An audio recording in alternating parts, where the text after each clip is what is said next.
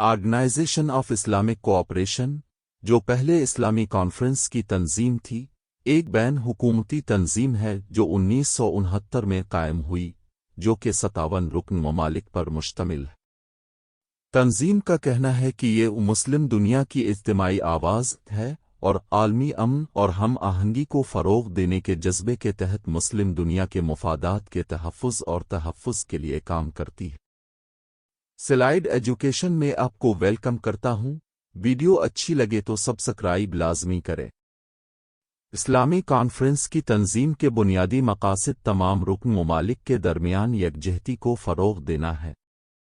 اقتصادی، سماجی، ثقافتی، سائنسی اور سرگرمیوں کے دیگر شعبوں میں رکن ممالک کے درمیان تعاون کو مستحکم کرنا، نسلی علیحدگی اور امتیاز کو ختم کرنے کی کوشش کرنا اور اس کی تمام شکلوں میں استعمار کی مخالفت کرنا، فلسطینی عوام کو ان کے قومی حقوق کے حصول اور وطن واپسی کی جدوجہد میں ان کی حمایت کرنا، اور تمام مسلمان لوگوں کو ان کے وقار، آزادی اور قومی حقوق کے تحفظ کے لیے ان کی جدوجہد میں ان کا ساتھ دینا۔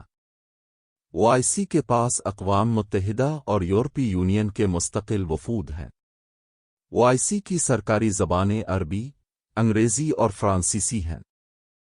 یہ OIC چارٹر کے فریم ورک کے اندر مختلف وابستہ، خصوصی اور ذیلی اداروں کو برقرار رکھتا ہے۔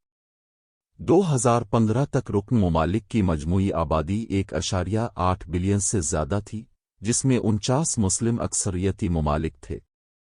یہ دنیا کی آبادی کا صرف 1/4 حصہ ہے۔ اجتماعی رقبہ 2 کلومیٹر ہے۔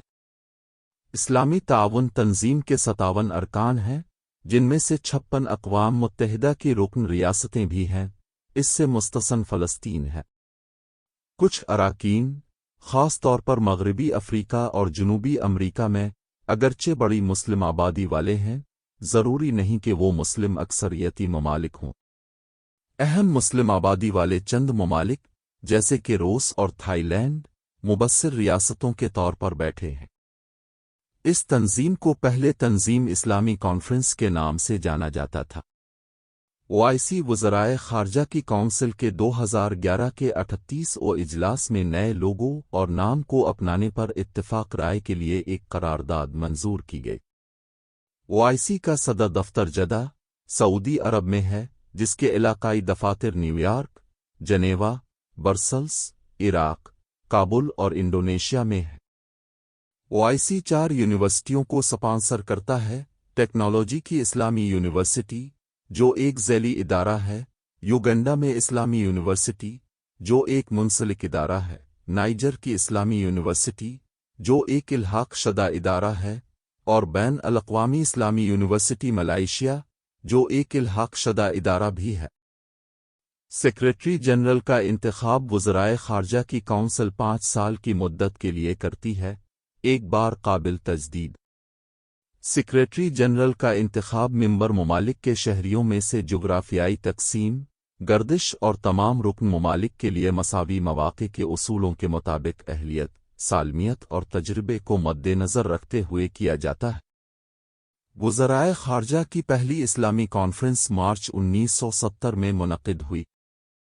اس نے اسلامی کانفرنس کی تنظیم OIC کے قیام کا فیصلہ کیا، جس کی باقاعدہ بنیاد مئی میں رکھی گئی۔